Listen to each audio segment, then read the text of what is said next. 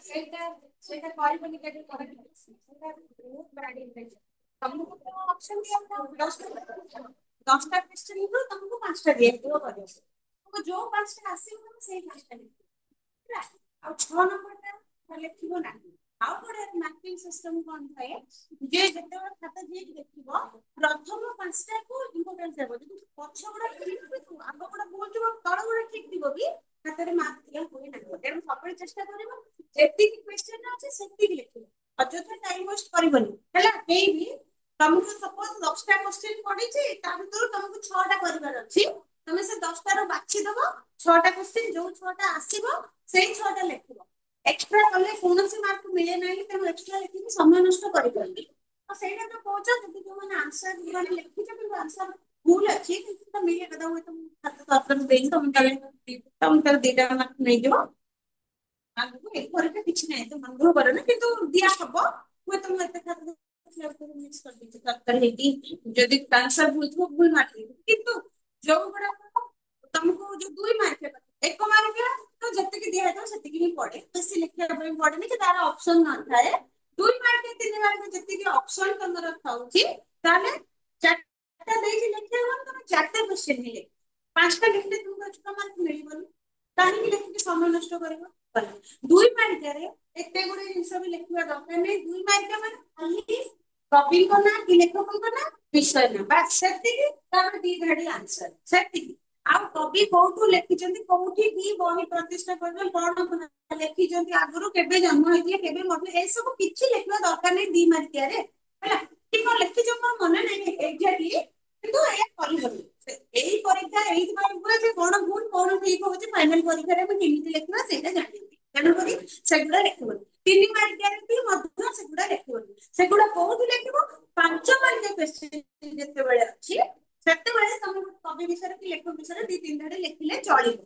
କିନ୍ତୁ 2 ମାର୍କିଆ 3 ମାର୍କିଆରେ କେବଳ କବି ଆଉ ଲେଖକର ନାଁ ଆଉ ବିଷୟର ନା ଆଉ କିଛି ଲେଖିବନି। ସେତିକି ପାଇଁ ତମ ତା ପାଇଁ ମାତ୍ର 1 ମାର୍କ ମିଳୁଛି। 1 ମାର୍କ ପାଇଁ ତମକୁ ଏତେ ଲେଖିବା ଆବଶ୍ୟକ ନାହିଁ। ଓନ୍ଲି 2ଟା ଲାଇନ ଗୋଟେ ମାନେ 2ଟା ଧାଡି ବି ହବନି ନା ଗୋଟେ ଜଷ୍ଟ କବି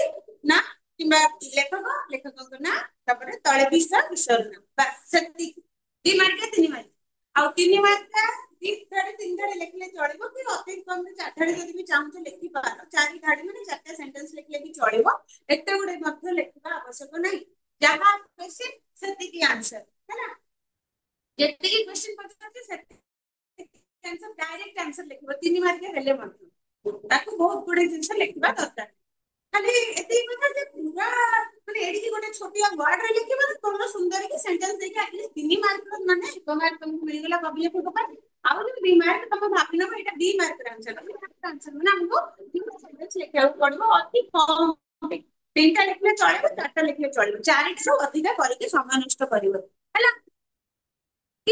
ତାପରେ ଆଉ ଗୋଟେ ଜିନିଷ ହେଲା କି ଖାତାରେ ଯେତେବେଳେ ଲେଖୁଛ କ୍ୱେଶ୍ଚନ ଲେଖୁଛ ପଏଣ୍ଟ ଓଡିଆ ଲିଟରେଚରରେ କୌଣସି ଲିଟରେଚର ଓଡିଆ ହଉ ହିନ୍ଦୀ ହଉ ଇଂଲିଶ ହଉ କେହି ବି ପଏଣ୍ଟ ଦେଇକି ଲେଖିବେ। ଯେମିତି କି 3 ମାର୍କିଆ କ୍ୱେଶ୍ଚନ 3ଟା ପଏଣ୍ଟ ଲେଖିଛି ଆଗକୁ ଯା ସକାଳେ ଦେଖିଲା ଭଳିଆ ତେଣୁ ବିଲକୁଲ ଲେଖିବନି ଲିଟରେଚରରେ ପଏଣ୍ଟ ଦେଇକି ଲେଖା ହୁଏନି ନେଗେଟିଭ ମାର୍କିଂ ହବ। ତେଣୁ କୌଣସି ପିଲା ପଏଣ୍ଟ ଦେଇକି ଲେଖିବନି ଯଦି ଆମକୁ ଯେତିକି ଦିଆହେଇଛି ସେତିକି ଆନ୍ସର ଲେଖିବ ଏକ୍ସଟ୍ରା ଲେଖିଲେ ଏକ୍ସଟ୍ରା ମାର୍କ ମିଳିବନି। ୟା ଫିର ଉପରଟା ଯଦି ତମର ଭୁଲ ଅଛି ଆଉ ତଳଟା ଠିକ ଅଛି ତାହେଲେ ତଳ ପାଇଁ ତୁମକୁ ମାର୍କ ମିଳିବ ନାହିଁ। ଉପର ଆଡୁ ସବୁବେଳେ ଦେଖାଯାଏ। ଉପର ଆଡୁ ତମେ 5ଟା ଲେଖିଛ ସେଇ 5ଟାକୁ ଆଖିରେ ରଖିକି ମାର୍କ ଦିଆହବ। ତଳେ ଯେତେ ବି ଠିକ କଥା ସେଥିପାଇଁ ଆଗ କ୍ୱେଶ୍ଚନ ପଢିବ ମତେ କୋଉଟା ଆସୁଛି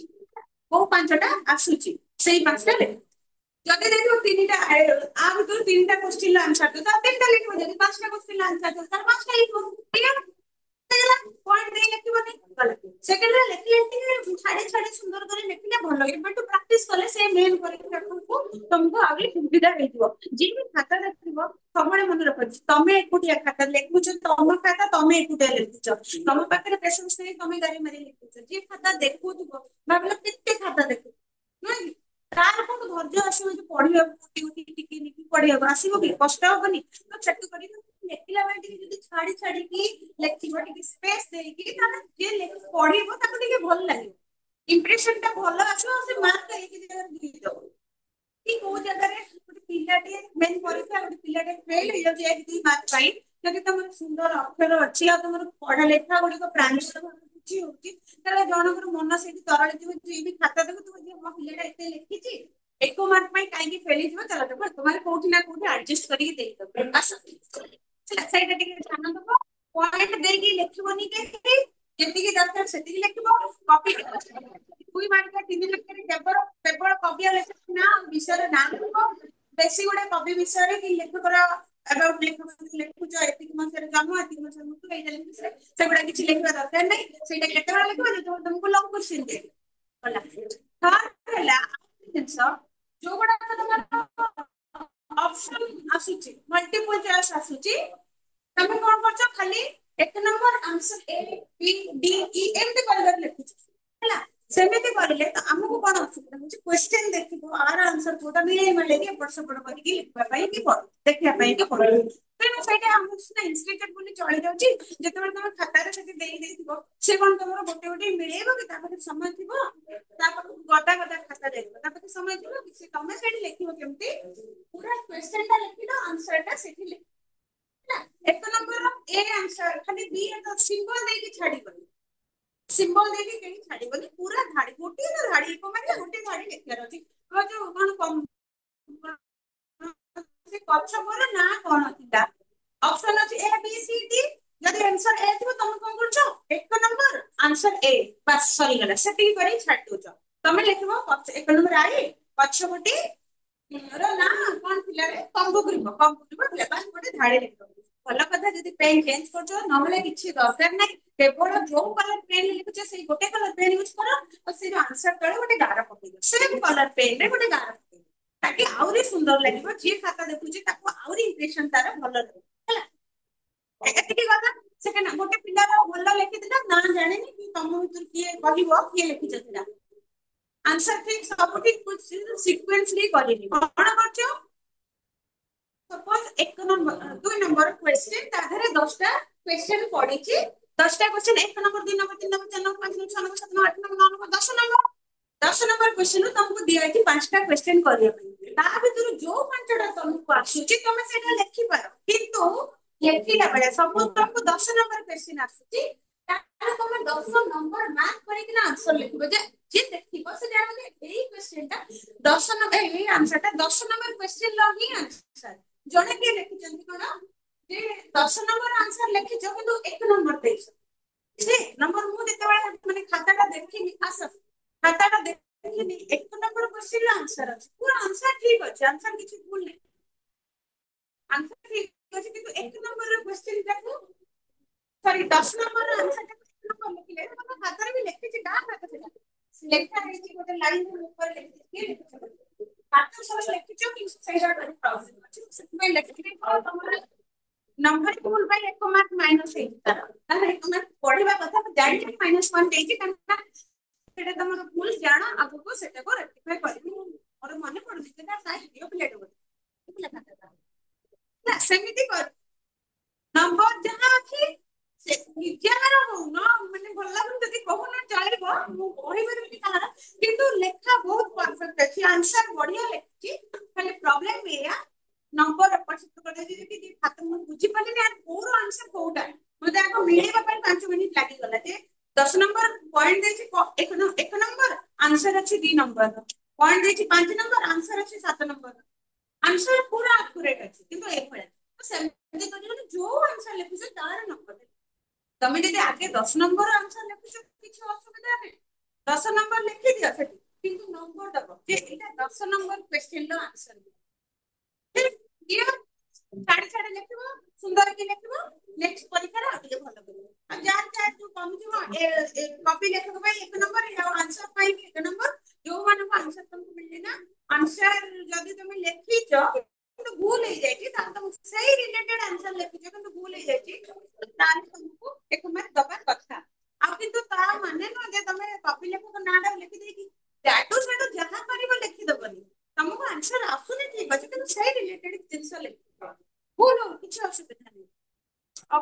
ଟଙ୍କା ଆଣିକି ଯୋଡ଼ି କରିବା କେତେ ଟଙ୍କା ଯୋଡ଼ିଛ ଆଉ ଯଦି ସେ ମାନେ ମିଳିନି ତାହେଲେ ଭାବିନି ତମକୁ ଦିଟା ପଏଣ୍ଟ ଆଡ୍ କରିଦେଲି ତମେ ଏତିକି ପ୍ରିପାରେସନ ହେଇଯାଅ ଏତିକି ମାର୍କ ତମକୁ ଲଗେଇବି ଆଗକୁ ଆଉ ଟିକେ ବେଟର ପ୍ରିପାରେସନ ହେଲା ତମର ବାକି କାହାର କାହାର ଯଦି ହେଇଥିବ ଠିକ ଯାହା ଯାହା ଭୁଲ କରିଛ କହିଦେବି ନେକ୍ସଟ ପରୀକ୍ଷାରେ ଆଉ ଟିକେ ବେଟର କରିଦେବି ଆଉ ହଁ କ୍ୱେଶ୍ଚନଟା ବି ମୁଁ ରିପିଟ କରିଦେଉଛି ସବୁ କାଟିଛୁ କ୍ୱେଶ୍ଚନ ଦେଖ ଆନ୍ସର କୁହ ଦିଟା ଲେଖ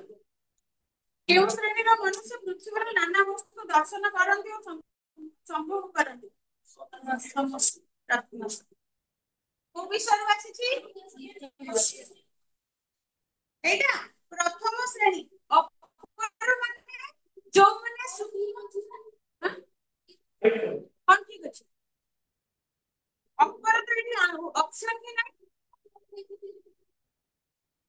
ପ୍ରଥମ ଶ୍ରେଣୀ କେଉଁ ଶ୍ରେଣୀର ମନୁଷ୍ୟ ପୃଥିବୀର ନାନା ବସ୍ତୁ ଦର୍ଶନ କରନ୍ତି ସମ୍ଭବ କରନ୍ତି ଆଲୋ ଖାତା ଆମର କୋଉଠି କାଟିଛି ଅପର ଶ୍ରେଣୀର ଲୋକ ଗୋଟେ କିନ୍ତୁ ଲେଖିଛ ଅପର ଶ୍ରେଣୀର ଯେ ଖାତା ଦେଖି ଆସିଛ ଦେଖିନିଅ ଯଦି ଡାଉଟ ଅଛି ଅପର ଶ୍ରେଣୀର କଥା ଯୋଉ ଲେଖା ହେଇଛି ନା ଗୋଟେ କ୍ୱେଶ୍ଚନ ଅଛି ତୁମର ପକେଇଥିଲି ଅପର ଶ୍ରେଣୀର ମନୁଷ୍ୟ ମାନଙ୍କ ସମ୍ପର୍କରେ ପରିଚୟ ଦିଅ ସେଟା ଦେଖିବ ଆଉ କଣ ଡାଉଟ ଅଛି ତମର ସେଇ ମାର୍କ ଛାଡ ଆଉ କିଛି ଡାଉଟ ତମର ଯୋଉ କହୁଛ ମିଳିବା କଥା ନେକ୍ସଟ क्वेश्चन आंसर भूल जुआ तो सच में सब कर दी थी आंसर तो भूल भूल के तो एक्चुअली मिलवा करता मैंने कॉपी लिख के पे नंबर आओ लेखा पाएंगे तमरा परीक्षा दिला एते रही अब दाम दे क्वेश्चन तो देखी नहीं एक्सपेक्टेशन के साथ कैसी कमी नहीं थोड़ा भूल नहीं देखना ठीक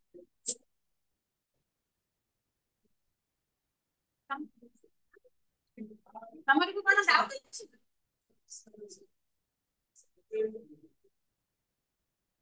सॉरी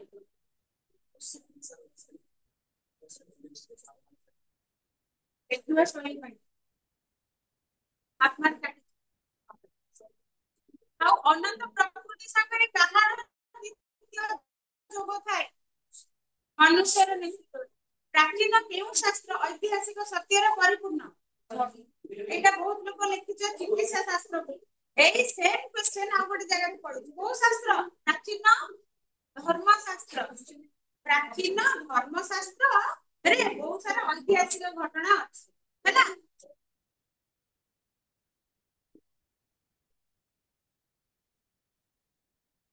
ପିଙ୍ଗଳ କିଏ ପିଙ୍ଗଳ ଆଉ କେଉଁ ଦୀପ ଜାଳିବ ନାହିଁ ବୋଲି କହିଛି ଦୀପ ମନୁଷ୍ୟର ବିଶେଷ ଲକ୍ଷଣ କଣ ତତ୍ତ୍ୱ ନିରୂପଣ ପାଇଁ ପ୍ରୟାସ କରି ବ୍ୟକ୍ତିଗତ ଜୀବନ ଇତିହାସକୁ ଆମେ ମାନେ କେଉଁ ଆଖ୍ୟା ପ୍ରଦାନ କରିଥାଉ ବ୍ୟକ୍ତିଗତ ଜୀବନ ଜୀବନ ଚରିତ ଆତ୍ମଜୀବନୀ ନୁହେଁ ବହୁତ ଜୀବନାୟନ या आत्मलिपि आत्मजीवन लिखित ବ୍ୟକ୍ତିଗତ ଜୀବନ ଇତିହାସକୁ ଆମେ ମାନେ ଜୀବନ ଚରିତ ବୋଲି କହିଥାଉ ପ୍ରସିଦ୍ଧ ପଣ୍ଡିତ ପ୍ରଚଳିତ ଇତିହାସକୁ ଗଭୀରତା ସହିତ କେଉଁ ଗଳ୍ପ ବୋଲି କୁହାଯାଇଛି ଗ୍ରାମ୍ୟ ଗଳ୍ପ ବୋଲି କୁହାଯାଇଛି ପିଙ୍ଗଳ ରସିକ ନାଗରକୁ କି ଅଭିନୟ ଦେଖାଉଥିଲା ବିରତିର ଅଭିନୟ ଦେଖାଉଥିଲା ମୁକ୍ତା କେଉଁଠି ମିଳେ ସୁକ୍ତିର ସୁକ୍ତିର ଅର୍ଥ ହେଲା ଶାମୁକା ମୁକ୍ତା କୋଉଠି ମିଳେ ଶାମୁକା ମେଣ୍ଟରେ କଣ ନଥାଏ କି ମୁକ୍ତା ତେଣୁକରି ସୁକ୍ତି ଗର୍ଭରେ ମୁକ୍ତା ଥାଏ ମନୁଷ୍ୟ କେଉଁଠିକୁ ଅବତରଣ କରି ନର କଙ୍କାଳ ଦେଖିବ ନିମ୍ନ ଦେଶକୁ ଯେତେ ନିମ୍ନ ଦେଶକୁ ଯିବ ତାହେଲେ ନର କଙ୍କାଳ ଦେଖିବ କାହାର ବିନାଶ ଅନିବାର୍ଯ୍ୟ ସତ୍ୟ ସହିତ ଯେ ବିରୋଧ କରେ ତାର ବିନାଶ ଅନିବାର୍ଯ୍ୟ ବହୁତ ଲେଖିଛ ସତ୍ୟ ସତ୍ୟ ଲେଖିଛ ନାଇଁ ସତ୍ୟ ସତ୍ୟର କେବେ ବିନାଶ ହୁଏନି ସତ୍ୟର କେବେ ବିନାଶ ହୁଏନି ତେଣୁ ସତ୍ୟ ସହିତ ଯିଏ ବିରୋଧ କରେ ତାର ବିନାଶ ଅନିବାର୍ଯ୍ୟ ପ୍ରାଚୀନ ଚିକିତ୍ସା ଶାସ୍ତ୍ରରେ କାହାର ସମାବେଶ ଦେଖାଯାଏ ସେମ କ୍ୱେଶ୍ଚନ ରିପିଟ ହେଇଛି ତମର ଉପରେ ଯେମିତି ଅଛି ପ୍ରାଚୀନ କେଉଁ ଶାସ୍ତ୍ର ଐତିହାସିକ ସତ୍ୟରେ ନାଇଁ ଏଥିରେ ଅଲଗା ଅଛି ପ୍ରାଚୀନ ଚିକିତ୍ସା ଶାସ୍ତ୍ରରେ ହଁ କାହାର ସମାବେଶ ଦେଖାଯାଏ ପ୍ରାଚୀନ ଚିକିତ୍ସା ଶାସ୍ତ୍ରରେ ହଁ କଣ ପ୍ରାଚୀନ ମାନେ ପୁରାତନ ଯୁଗର ଚିକିତ୍ସା ଶାସ୍ତ୍ର ସେଥିରେ କଣ ଦେଖାଯାଉଥିଲା ପୁରାତନ ଚିକିତ୍ସା ଶାସ୍ତ୍ରରେ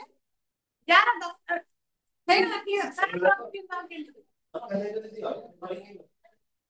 ଯାହାର ଦରକାର ନାହିଁ ଦିଅ ରଖନି କାହିଁ ଟାଇମ୍ ନଷ୍ଟ ଡାଉଟ୍ ଅଛି ସେତିକି ପିଲା ପାଇଁ ଦେଖିବା ଅନେସେସରି ଅଲଗା ବେଳେ ନହେଲେ ଦେଖିବା ହେଇଗଲା ଆଉ ଗୋଟେ କୁହ ମେସିନ୍ କୁହ 3 ନମ୍ବର ହଁ କ୍वेଶ୍ଚନ କୁହ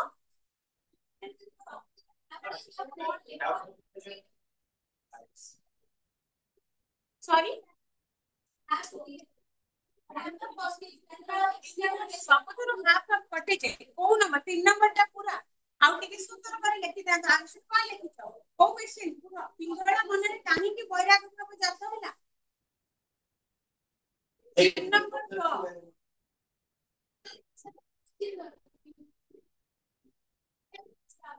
ତମେ ଆନ୍ସର ପଢ ମୁଁ କହିଦେବି କୋଉ ନମ୍ବର ଆନ୍ସର ପଢ କଣ ଲେଖିଛ ହଁ କଣ ଲେଖିଛ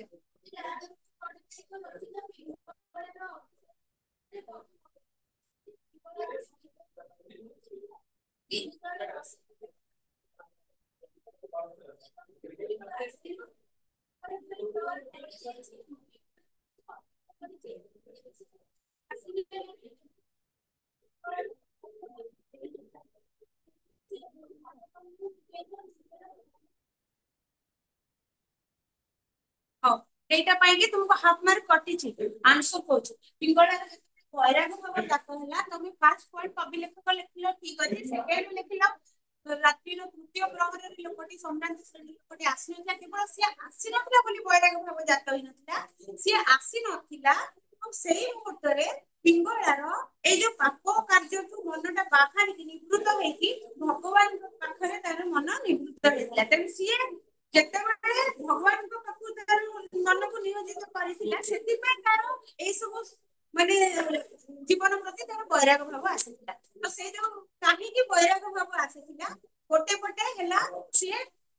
ଲୋକଟି ଆସିନଥିଲା ଦ୍ଵିତୀୟ ପଟେ ହେଲା ସେଇ ମୁହୂର୍ତ୍ତରେ ତାର କୃଷ୍ଣଙ୍କ ପ୍ରତି ବା ଭଗବାନଙ୍କ ପ୍ରତି ଆସକ୍ତି ଭାବନାଟା ଜାତ ହେଇଥିଲା ସେଥିପାଇଁ ତାର ସଂସାର ପ୍ରତି ବୈରାଗ ଆସିଲା ଗୋଟେ ଜିନିଷ ପ୍ରତି ବିତୃଷ୍ଣା ହେଇଥିଲା କାହିଁକି ଆଉ ଗୋଟେ ଭଲ ଜିନିଷ ମିଳିଲା ପରେ ଯାଇକି ପୂର୍ବ ଜିନିଷ ପ୍ରତି ତାର ବିତୃଷ୍ଣା ଭାବ ଆସେ ସେଥିପାଇଁ ହାଫ୍ ମାର୍କ କଟିଛି ନେକ୍ସଟ ଟାଇମ୍ ଯେତେବେଳେ ଏଇ ଆନ୍ସରଟା ଲେଖିବ ସବୁ ଆନ୍ସର ଠିକ ଅଛି ତମର ଖାଲି ଗୋଟେ ଜିନିଷ ଯୋଡିବ ତାଙ୍କର କୃଷ୍ଣଙ୍କ ପ୍ରତି ବା ଭଗବାନଙ୍କ ପ୍ରତି ତମ ଭାବର ପରିବର୍ତ୍ତନ ଘଟିଥିଲା ତାଙ୍କ ମନରେ ଈଶ୍ୱର ଶବ୍ଦର ପରିବର୍ତ୍ତନ ଈଶ୍ୱରୀୟ ଭାବ ଆସିଥିଲା ଉତ୍ପନ୍ନ ହେଇଥିଲା ତେଣୁ ତାଙ୍କର ବୈରାଗ ଭାବ ଜାତ ଠିକ ଅଛି ହେଲା ଏଇଥିପାଇଁ ହାଫ୍ ମାର୍କ ସେଇଭଳିଆ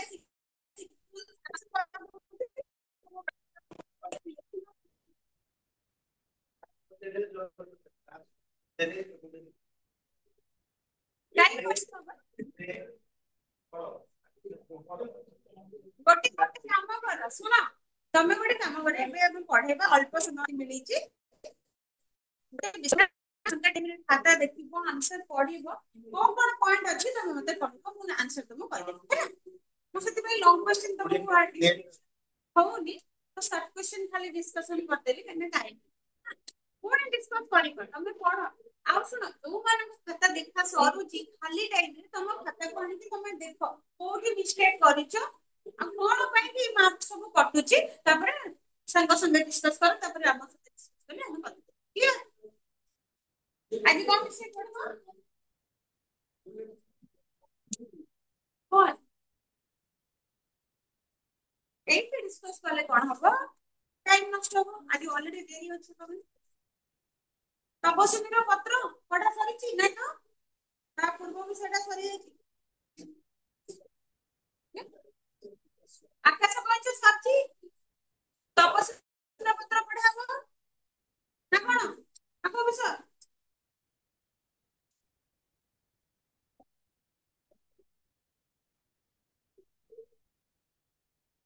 ତପସ୍ୱୀର ପତ୍ର ପଢିବ ନା ପଢିବ ନା ମନ୍ଦିର ବିରହ ମନ୍ଦିର ବିରହ ପରେ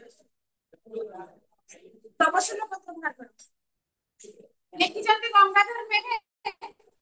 कवि होचंती गंगाधर मेहेर विषय अछि तपस्विनी पत्र एटा आसीची कोठू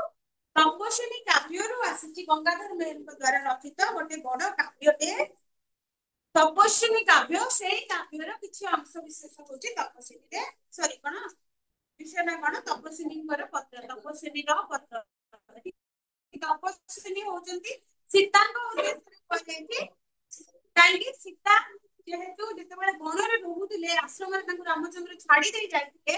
ओ कानको पाखरे छाड़ितिले वाल्मीकि को पाखरे आश्रम छाड़ी दिले वाल्मीकि को पाखरे से रहुतिले जेहेतु वनरे रहुतिले आ जणे तपस्विनी भଳି जीवन यापन करुतिले तपस्वी भଳି अर्थात वनर फल गुण खाउतिले ए साड जीवन यापन न करिकी से वनरे रहुतिले साधारण भाବରେ तपस्वी भଳି जीवन यापन करते तेणु से तपस्विनी भଳି କହିଛନ୍ତି ଏବଂ କବି ମଧ୍ୟ ତାଙ୍କୁ ତପସ୍ୱିନୀ ବୋଲି କହିଛନ୍ତି ତାଙ୍କର ଗୋଟେ ଚିଠି ସେ ଚିଠିଟି ଲେଖିଛନ୍ତି କାହାଙ୍କ ଉଦ୍ଦେଶ୍ୟରେ ରାମଚନ୍ଦ୍ରଙ୍କ ଉଦ୍ଦେଶ୍ୟରେ ଲେଖିଛନ୍ତି ଯାହାକି କବି ଏଥିରେ ବର୍ଣ୍ଣନା କରିଛନ୍ତି ତ କବି ହଉଛନ୍ତି ଗଙ୍ଗାଧର ମେହେର 1862 ରେ ଜନ୍ମଗ୍ରହଣ କରିକି 1924 ରେ ଦେହତ୍ୟାଗ କରିଥିଲେ କଣ ଜନ୍ମସ୍ଥାନ ହେଲା ବରଗଡର ବରପାଲି ବରଗଡର ବରପାଲି ଠାରେ ଜନ୍ମଗ୍ରହଣ କରିଥିଲେ ଆଉ ତାଙ୍କର ରଚନା ସବୁ କଣ ସୃଷ୍ଟି ସମ୍ଭାର ଭିତରେ କଣ ଅଛି କାବ୍ୟରେ ଇନ୍ଦୁମତି କୀଚକବଧ ପ୍ରଳୟ ବଲ୍ଲରୀ ତପସ୍ୱିନୀ ଅର୍ଥକାଳୀ ରତ୍ନାକର ପଦ୍ମ ଏଇ ଯେ ତା ଭିତରୁ ତପସ୍ୱିନୀ ମଧ୍ୟ ଗୋଟେ କାବ୍ୟ ସେଇ ତପସ୍ୱିନୀ କାବ୍ୟର କିଛି ଅଂଶ ବିଶେଷ ଗୋଟେ ଛୋଟିଆ ଅଂଶ ବିଶେଷ ହଉଛି ତପସ୍ୱିନୀର ତପସ୍ୱିନୀଙ୍କ ପତ୍ର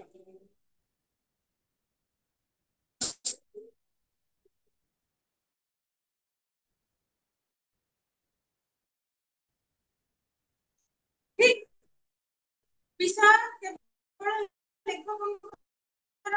କବିଙ୍କର ଜନ୍ମସ୍ଥାନ ଆଉ ତାଙ୍କର ଇତିହାସ ଆସିଥିବ ଯେ ପୁରା ପତ୍ର ବିଷୟରେ ଯଦି ଆମେ ଆଲୋଚନା କରିବା ସିଧାସଳଖ ବିଷୟରୁ ଆଲୋଚନା କରିବା କାରଣ ସବୁ ଏଥିରେ ଯାହା ବି ତପସ୍ୱିନୀ ପତ୍ର ସମ୍ପର୍କରେ ଲେଖା ହେଇଛି ସବୁ କିଛି ବିଷୟରେ ଅଛି କେବଳ ଏତିକି କହୁଛି ଆଲୋଚ୍ୟ କବିତାଂଶଟି ଗଙ୍ଗାଧରଙ୍କର ସର୍ବଶ୍ରେଷ୍ଠ ରଚନା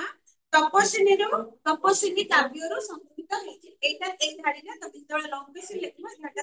ପାଇଁ ପଡିବ या फिर बेले बेले क्वेश्चन आसीबो गंगाधर मेहेरଙ୍କର ତପସ୍ୱିନୀରେ ପତ୍ର କବିତାଟି କେଉଠୁ ଆସିଛି ତମେ ଲେଖିବ ତପସ୍ୱିନୀ କାବ୍ୟରୁ ଆସିଛି ତ ଏଇଥିରେ କଣ ଅଛି ତପସ୍ୱିନୀରେ ପତ୍ର ଅର୍ଥାତ ଚିଠିଟିଏ ଲେଖୁଛନ୍ତି ତପସ୍ୱିନୀ ବା ସୀତା ଚିଠିଟିଏ ଲେଖୁଛନ୍ତି ସେ ଚିଠିରେ କଣ ସବୁ ଲେଖିଛନ୍ତି ତାଙ୍କର ଅନ୍ତରର ଆତ୍ମାର କଥା ଗୁଡିକ ଏଥିରେ କବି ଲେଖିଛନ୍ତି ଯେତେବେଳେ ରାମଚନ୍ଦ୍ର କୋଣକୁ ତ ଯାଇ 14 ବର୍ଷ ପୁଣି ଫେରିକି ଆସିଥିଲେ ସୀତାଙ୍କୁ ବହୁତ ସାରା ପରୀକ୍ଷା ଦେବାକୁ ପଡିଥିଲା ଯାହାକି ତମେ ରାମାୟଣରେ ଅଳ୍ପ ବହୁତ ଜାଣିଛ ଏବଂ ପରେ ଯେତେବେଳେ ରାଜ୍ୟବାସୀଙ୍କର କଥା ମନ ଦୁଃଖ ହେଲା ବା ସୀତାଙ୍କୁ କାହିଁକି ସେ ରଖିଛନ୍ତି ସିଏ କେମିତି ସତୀ ଅସତୀ ଏମିତିର ବହୁତ ସାରା ପ୍ରଶ୍ନବାଚୀ ଆସିଲା ପରେ ରାମଚନ୍ଦ୍ର ସୀତାଙ୍କୁ ନେଇକି ବନରେ ଛାଡି ଦେଇଥିଲେ ତ ସିଏ ରହିଥିଲେ କୋଉଠି ବାଲ୍ମୀକିଙ୍କର ଆଶ୍ରମରେ ସେଇ ସମୟରେ ତାଙ୍କର ଦିଟା ଛୋଟ ଛୋଟ ଛୁଆ ମଧ୍ୟ ଜନ୍ମ ହେଇଥିଲେ ଯାହାର ନାଁ ଅଛି ଲବ ଆଉ ଦୁଇଟି ଛୁଆ ଥିଲେ ତାଙ୍କର ସେମାନେ ମଧ୍ୟ ସେ ବଣରେ ରହୁଥିଲେ ପରବର୍ତ୍ତୀ ସମୟରେ ଗୋଟେ ଥର କଣ ହେଇଛି ଯେ ରାମଚନ୍ଦ୍ର ତାଙ୍କର ରାଜ୍ୟରେ ଯଜ୍ଞ କରିବାକୁ ଯାଉଥିଲେ କୋଉ ଯଜ୍ଞ ଅଶ୍ୱମେଧ ଯଜ୍ଞ ଅଶ୍ୱମେଧ ଯଜ୍ଞ ଯୋଉ କରିବାକୁ ଯାଇଥିଲେ ତ ସେଇ ଯଜ୍ଞରେ ସାଧାରଣତଃ ଆମର ଯେହେତୁ ଯିଏ ଲେଖିଛନ୍ତି ସେ ଜଣେ ଓଡିଆ କବି ତେଣୁ ଆମ ଓଡିଆ ପରମ୍ପରା ଅନୁସାରେ ଭାଇ କଣ ଗୋଟେ ପୁଅଟେ ବା ଗୋଟେ ଝିଅଟେ ବାହାଘର ପରେ ସରିଗଲା ପରେ କୌଣସି ମନ୍ଦିରକୁ ଏକୁଟିଆ ଯିବେନି କୌଣସି ଶୁଭ କାମ ଯଜ୍ଞରେ ବସିବେନି ଯଜ୍ଞରେ ବସିବା ପାଇଁ ସ୍ୱାମୀ ପାଖରେ ସ୍ତ୍ରୀ ନିହାତି ଭାବରେ ଆବଶ୍ୟକ ତେଣୁ କରିକି ଏଇଠି ଯେତେବେଳେ ରାମଚନ୍ଦ୍ର ଯଜ୍ଞ କରୁଛନ୍ତି ବୋଲି ସୀତାଙ୍କ ଖବର ଆସିଲା ତେଣୁ କରିକି ସୀତା ଭାବିଲେ ରାମଚନ୍ଦ୍ର ଯଦି ଯଜ୍ଞ କରୁଛନ୍ତି ତାହେଲେ ରାମଚନ୍ଦ୍ର କଣ ଆଉ ଥରେ ବାହା ହେଲେ କି ଦ୍ୱିତୀୟ ବିବାହ କଲେ କି ମନରେ ପ୍ରଶ୍ନ ଆସିଛି କାହିଁକି ଯଜ୍ଞ କଲା ବେଳେ ତ କେବେ ଜଣେ ଏକୁଟିଆ କରିବନି ଏକୁଟିଆ ଯଜ୍ଞରେ ବସିବେନି ସ୍ୱାମୀ ସ୍ତ୍ରୀ ଦି ଜଣ ବସିବାକୁ ପଡିବ ଆଉ ମୁଁ ତ ଏଠି ତେବେ ରାମଚନ୍ଦ୍ର ଯଜ୍ଞ କରୁଛନ୍ତି ତାର ଅର୍ଥ ଯାହାକି ହେଲେ ଝିଅ ପିଲା ମନ ସବୁବେଳେ ସନ୍ଦେହ ଝିଅ ପିଲାଙ୍କ ମନରେ ଭଗବାନ ଦେଇଥାନ୍ତି କୋଉଠି ନା କୋଉଠି ଟିକେ ଟିକେ ସନ୍ଦେହ ରହିଥାଏ ସୀତା ମଧ୍ୟ ସେ ଦେବୀ ହେଲେ କଣ ହେଲା ମର୍ତ୍ତ୍ୟ ମଣ୍ଡଳରେ ଜନ୍ମଗ୍ରହଣ କରିଛନ୍ତି ଝିଅ ହେଇକି ଜନ୍ମଗ୍ରହଣ କରିଛନ୍ତି ତେଣୁ ତାଙ୍କ ମନରେ ମଧ୍ୟ ସନ୍ଦେହ ଭାବ ଜାତ ହେଇଛି ତାଙ୍କ ସ୍ୱାମୀଙ୍କ ପ୍ରତି ଯେ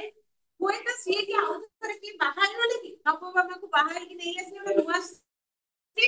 ସିଏ କୋଉ ତପସ୍ୟା କରିଥିବ କୋଉ ପୁଣ୍ୟ କରିଥିବ ଯେ ସିଏ ରାମଚନ୍ଦ୍ରଙ୍କର ପାଖରେ ବସିଥିବ ଏବଂ ରାମ ସବୁବେଳେ ସ୍ୱାମୀ ଯେତେ ଉପରକୁ ଉପରକୁ ଉଠେ ତା ସ୍ତ୍ରୀକୁ ମଧ୍ୟ ସେତିକି ମର୍ଯ୍ୟାଦା ମିଳିଥାଏ। ନାଇଁ ମୋର ସ୍ୱାମୀଟା ସ୍ତ୍ରୀଟା କିଛି ପାଠ ନ ପଢିଥିଲେ ବି ସେଠି ଲୋକମାନେ ସ୍ୱାମୀକୁ ଯେତେବେଳେ ସାର୍ ବୋଲି କହୁଥିବେ ମ୍ୟାଡାମ ବୋଲି ସେଠି ଅଟୋମେଟିକ ହାତ ଉଠେଇକି ତାର ସ୍ତ୍ରୀକୁ ମ୍ୟାଡାମ ବୋଲି କହିବେ। ସେ ପାଠ ପଢିଥାଉ କି ନ ପଢିଥାଉ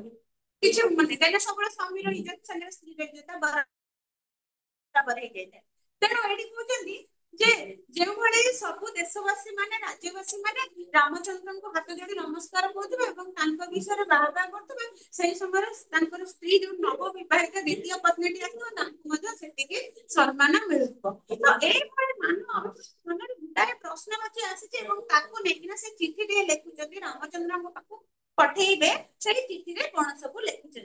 ତ ତା ଦେହରେ ପ୍ରଥମରେ ଲେଖୁଛନ୍ତି ଶରଣ ବସୁଳ ଧ୍ୱଜରି ଗଜାଙ୍କୁଶ ଦୁଃଖଗିରି ବଜ୍ରଜ ହିଁ ଦେଖନ୍ତି ବିଦିଶ ରାଜ ରାଜେଶ୍ୱରଙ୍କ ସେ ପଦପଦ୍ମ ବନ୍ଦେ ଦୀନ ଭିକାରିଣୀ ଗୁରୁ ନତ ଶିରେ ବନ୍ଦେ। ପ୍ରଥମେ ଚିଠି ଲେଖିବା ଆରମ୍ଭ କରିବା ପୂର୍ବରୁ ସିଏ ଯେହେତୁ ରାମଚନ୍ଦ୍ର ହଉଛନ୍ତି ତାଙ୍କର ସ୍ଵାମୀ ତେଣୁ ତାଙ୍କର ଚରଣରେ ବନ୍ଦନା ଦାନ କରିବା ସଦୃଶ ତାଙ୍କୁ ସମ୍ମାନ ଜଣାଇ ନମସ୍କାର କରୁଛନ୍ତି ଏବଂ ସିଏ କେତେ ମହାନ ସେଟା ମଧ୍ୟ ବ୍ୟାଖ୍ୟା କରିଛନ୍ତି ଏଥିରେ ଯେ ଶରଣ ସେ ଯୋଉ ରାମଚନ୍ଦ୍ରଙ୍କ ବିଷୟରେ ଯେତେବେଳେ ଲେଖୁଛନ୍ତି ପ୍ରଥମେ ଲେଖୁଛନ୍ତି ଶରଣ ବସଳ ଦ୍ୱିଜ ରୂପ ଗଜାଙ୍କୁଶ ଶରଣ ବସଳ ଯିଏ ଶରଣ ବସଳତା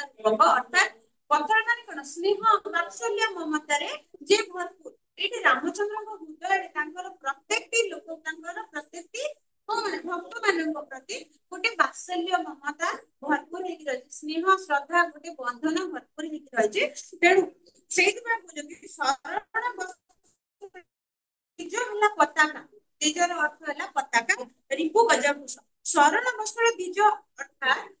ଯିଏ କି ଶରଣ ବତ୍ସଳର ପତାକା ଉଡାଉଥିବା ଲୋକ କହୁଛନ୍ତି କି ରାମଚନ୍ଦ୍ର ଶରଣ ବତ୍ସଳର ପତାକା ଉଡାଉଥିବା ଲୋକ ଅର୍ଥାତ ଯେ ସମସ୍ତେ ଜାଣିଛନ୍ତି ପୁରା ବିଶ୍ୱରେ ସମସ୍ତେ ଜାଣିଛନ୍ତି ରାମଚନ୍ଦ୍ର ହଉଛନ୍ତି ସମସ୍ତଙ୍କୁ ଶରଣ ଦିଅନ୍ତି ଯୋଉ ଲୋକମାନେ ବି ତାଙ୍କ ପାଦ ତଳେ ନିଜକୁ ସମର୍ପଣ କରନ୍ତି ସେ ସମସ୍ତ ଭକ୍ତ ମାନଙ୍କୁ ନିଜର ଚରଣ ତଳେ ଶରଣ ଦିଅନ୍ତି ବା ରକ୍ଷା କରନ୍ତି କୋଉ ଭଳି ଗୋଟେ ବାତ୍ସଲ୍ୟ ମମତା ମାତା ପୁତ୍ରର ଯୋଉ ମମତା ମାତା ପୁତ୍ରଙ୍କ ଭିତରେ ମା ଟିଏ ଛୁଆକୁ ଯେମିତି ସ୍ନେହ କରେ ବାପାଟିଏ ତା ଛୁଆକୁ ଯେମିତି ସ୍ନେହ କରେ ଠିକ ସେମିତି ଭକ୍ତ ମାନଙ୍କୁ ଭଗବାନ ସେତିକି ସ୍ନେହ କରିଥାନ୍ତି ସେତିକି ଶ୍ରଦ୍ଧା କରିଥାନ୍ତି ସେଇଥିପାଇଁ ଏଠି ରାମଚନ୍ଦ୍ର କହୁଛନ୍ତି ସେଇ ରାମଚନ୍ଦ୍ର ଯିଏ କି ସଂସାରରେ ପତାକା ଉଡେଇଛନ୍ତି ମାନେ ନାଁ ତାଙ୍କର ଅଛି ନାଁ ଡାକ ଅଛି ସେ ଏଇ ଲୋକର ପତାକା ଏଇ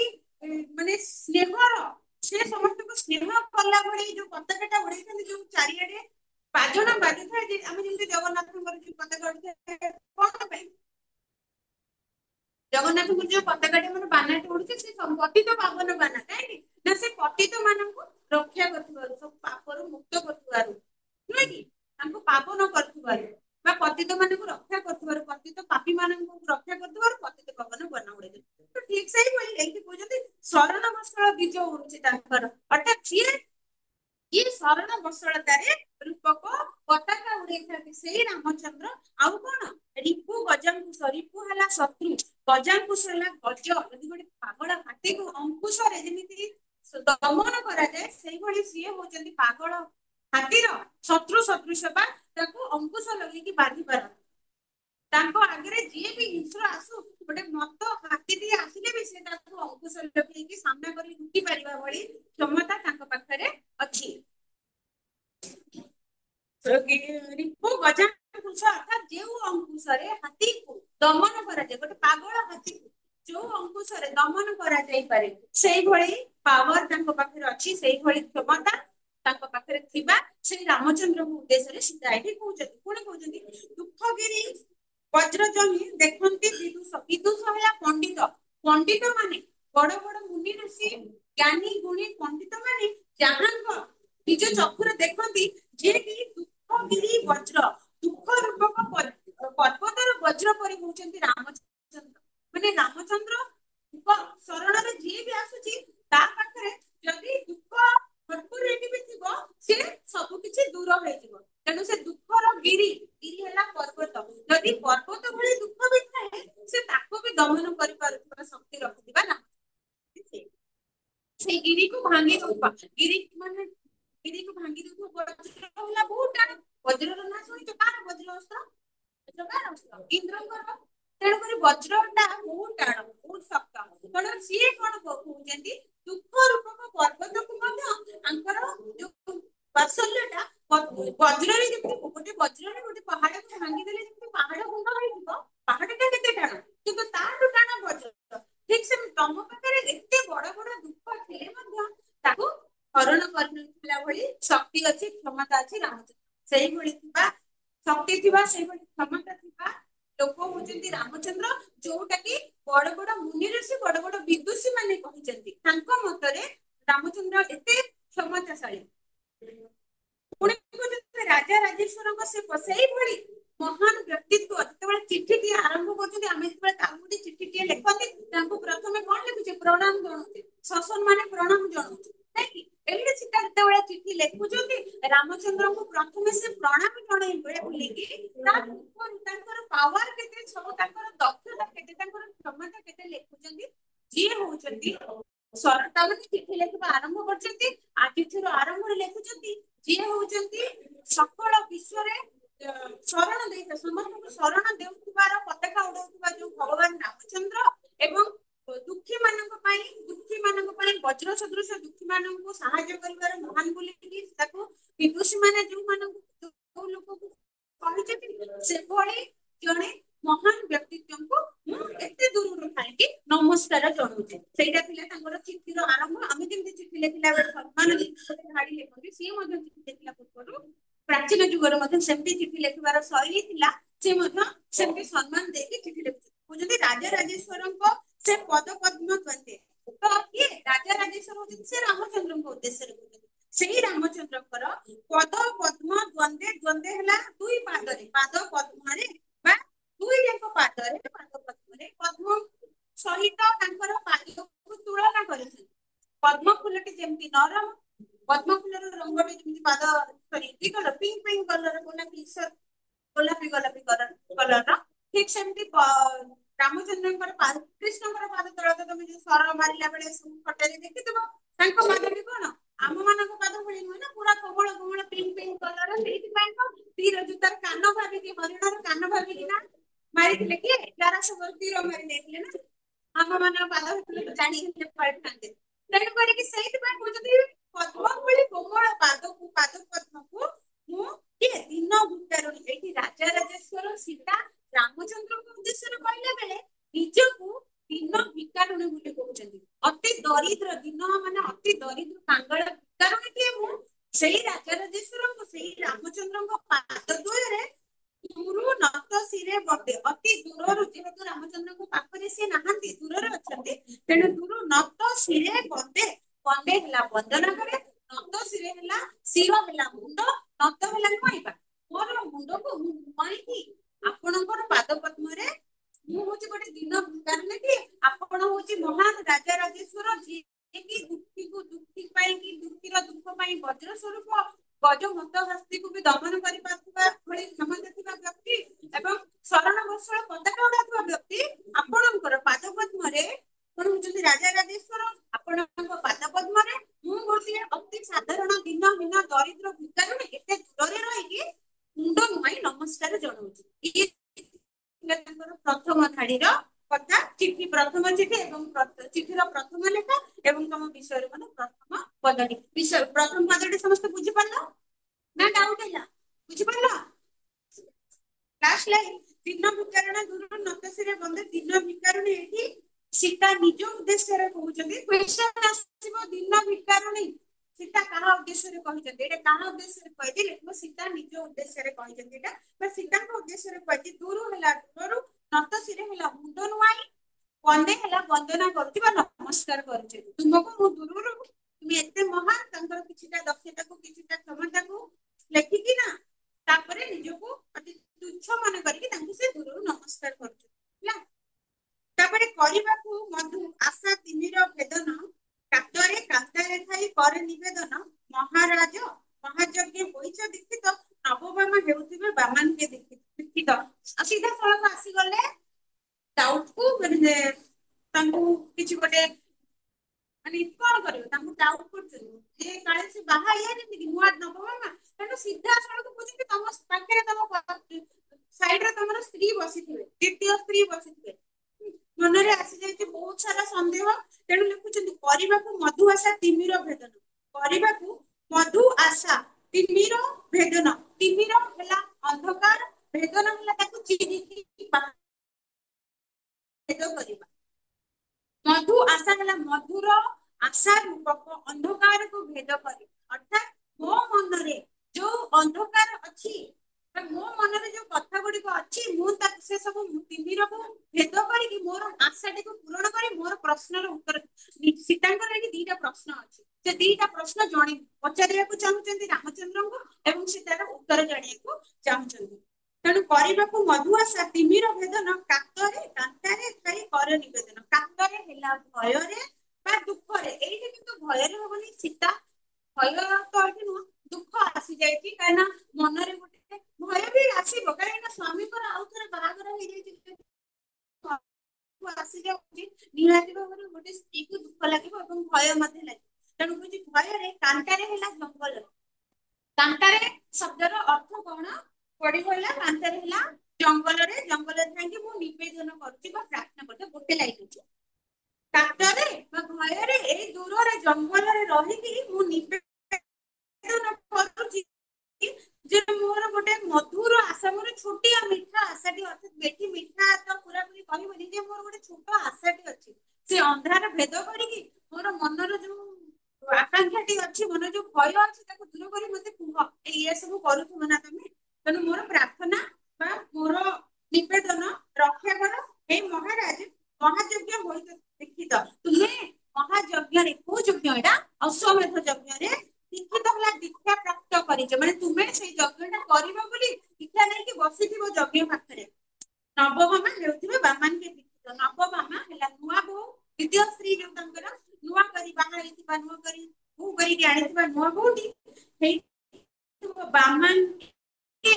ବାମ ଅଙ୍କରେ, ବାମ ପଟର ଅଙ୍କ ହେଲା କୋଳ, ଅଙ୍କ ମାନେ କୋଳ, ବାମାଙ୍କେ ହେଲା ବାମ ପଟ କୋଳରେ ସେ ବିକ୍ଷିତ ହେଇଥିବେ ବା ପରିଦର୍ଶିତ ହୋଇଥିବେ, ନହେଲେ କହିବ ଶୋଭିତ ହେଇଥିବେ, ଶୋଭା ପାଉଥିବେ। ସିଏ ତମେ ଯେତେବେଳେ ଯଜ୍ଞ ବେଦୀରେ ବସିଥିବ ନା, ତମର ବାମ ପଟରେ, ତମର ଯୋଉ ବାମ ପଟ ଅଙ୍କରେ ବା କୋଳରେ ବାମ ପଟକୁ ନୂଆ ସ୍ତ୍ରୀଟିଏ ବସି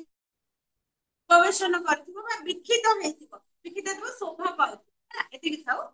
ଏତିକି ପଢିଦବ, ଯଦି ଡାଉଟ ହେଲା yes,